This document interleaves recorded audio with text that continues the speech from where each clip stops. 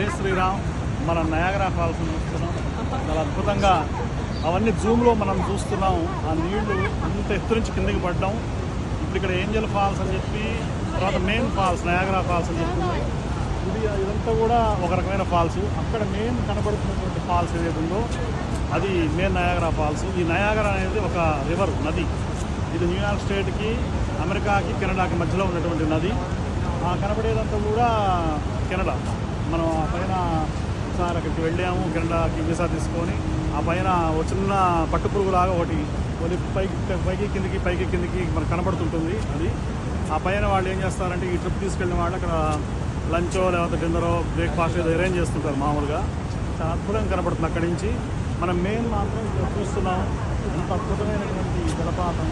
మన దగ్గరికి వెళ్ళి చూసేటువంటివి కూడా ఉన్నాయి. ఇంకా అక్కడ మెయిన్ వెళ్ళేది ఉంది, మేడ్ ఆఫ్ మిస్ట్ అని చెప్పి మనం ఒక ఫెర్రీలో అక్కడికి వెళ్ళి చూసే సౌకర్యం కూడా ఉంది. ఇటు అమెరికా వైపు నుంచి చూడొచ్చు, అట్లాగే కెనడా వైపు నుంచి చూడొచ్చు. మనం రెండు వైపు నుంచి చాలాసార్లు చూసాం కాబట్టి ఇది మొదటిసారి చూసినప్పుడు మాత్రం చాలా ఎగ్జైట్ అవుతారు ఎవరైనా. చాలా అద్భుతమైనటువంటి ఇది కనపడుతుంది. ఈ నయాగరా నది చూడండి, అందులో అనేక ఈ చెట్లు కూడా కొట్టుకొస్తున్నాయి. అవి ఎప్పుడు కింద పడతాయో తెలియదు. ఇదంతా కూడా సహజ సిద్ధంగా ఏర్పడింది తప్ప ఎవరు తయారు చేసింది కాదు.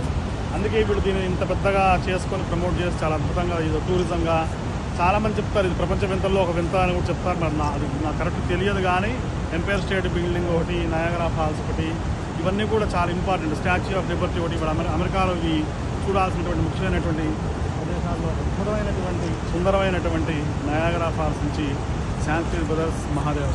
Thank you.